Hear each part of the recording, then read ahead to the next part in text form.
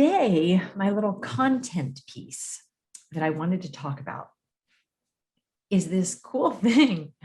Um, it's kind of a big deal.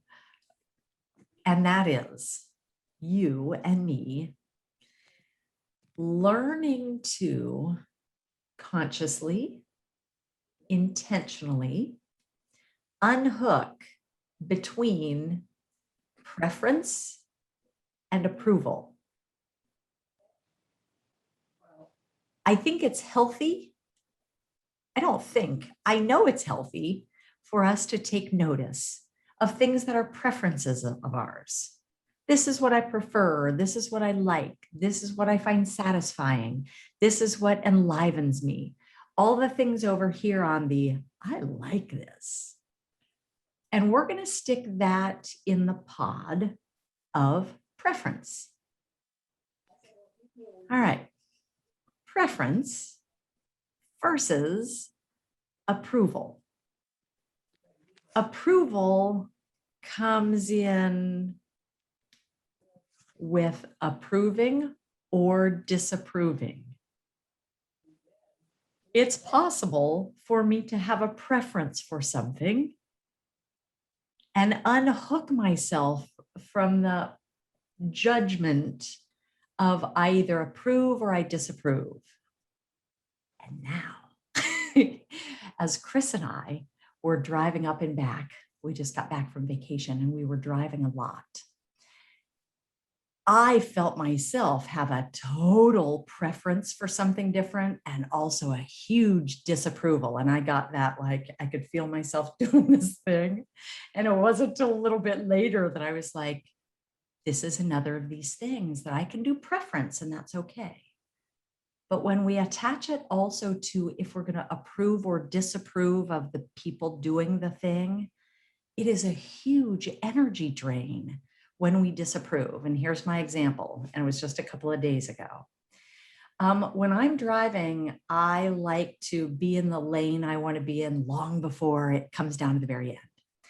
And as we're driving down 75 from all the way up north, all the way down, there were often times where it would say left lane ends in a mile ahead.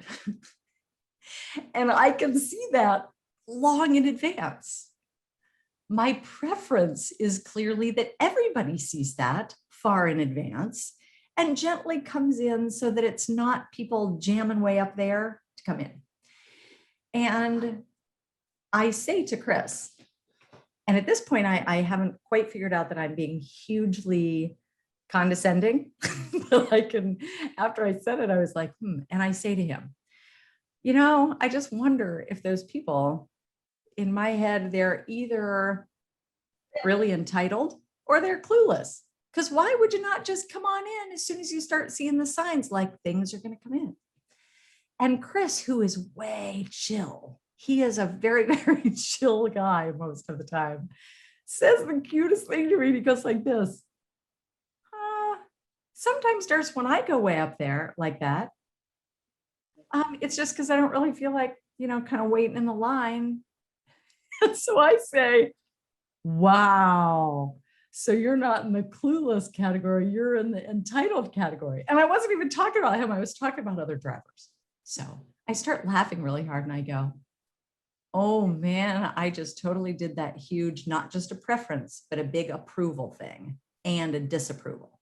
So if those people didn't do it the way I wanted it, it was because either they were clueless or entitled. So what I want you to do right now is I want you to think up some times and some things that you go, I don't really prefer that. I kind of would like it this way, or I would like it that way. And I want you to see what happens if you challenge yourself or give yourself the adventure of going, hey, what happens if it's simply a preference of mine? And if maybe I don't have to attach on the approval or disapproval. So for the whole rest of the way home, sometimes Chris would drive, sometimes I would drive. And as I'm watching people do things differently than I prefer, it was kind of fun and interesting and not always successful. But for me to go, huh, I just prefer it when people drive in a more similar way than I think they ought to, or it's more pleasant for me if everybody's driving in a similar way than I am. And I know that sounds ridiculous, but it really let all that come in. And I'm like, the people who walked past the house and had a lot of disapproval about the color of the house, and people who see somebody's pants way down or some style, think about all the different things that you've heard, either you say and then me with drivers. The little ones like that can be a real drain if we're just kind of like approving or disapproving.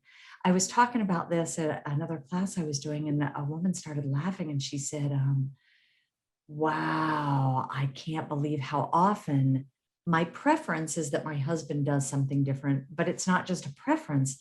She realized that she really layered on a whole bunch of just disapproval, and that she never even told him about it. She was just, and then that became kind of a whole joke with several people. Humans that are in our homes with us, there's lots of time to go, I'm allowed to have my preferences. It's way more renewing and regenerative to us if we just keep it, well, that's just my preference. Now, if someone's doing something abusive or difficult or unsafe, that's not what I'm talking about. Of course, we can help shift that, or it's probably healthy if we can try to help shift that. But think about, if you have kids, or if you have spouses, or if you have significant others, or if you're, oh, here's one, ready? Think about during the election time, when you saw signs that were other than your preference. Think of how quick it can get us all in a gerbil, feeling like it's, when I get into disapproval, it's a different energy than just, it's not my preference. And it's really freeing. So right now, what I want everybody to do is I want you to think of a time just in the last couple of weeks. It could be real little, could be big. Don't make it the worst thing. Think of a time of the last couple of weeks that you're like, oh, yeah, I don't like that they're doing that, or that's not what I would like.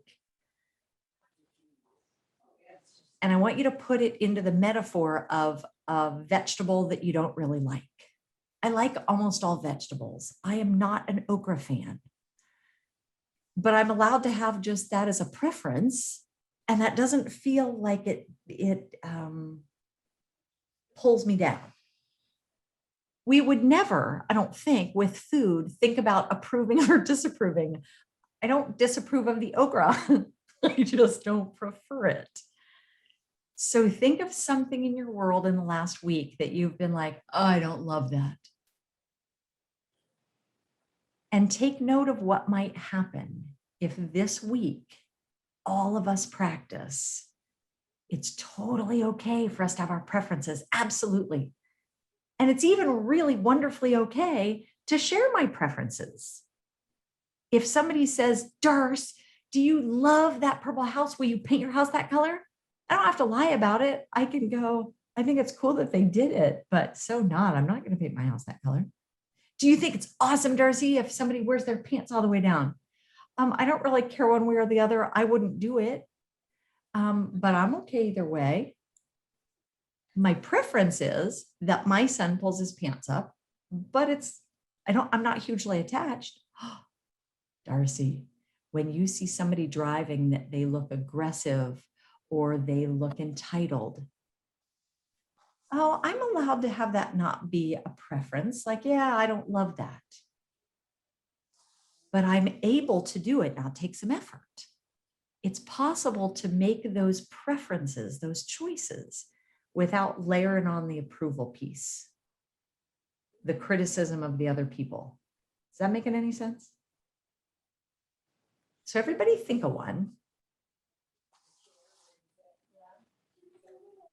And just think if you were doing some criticism internally or externally, think of what happens to the energy, your energy bucket. It kind of goes down.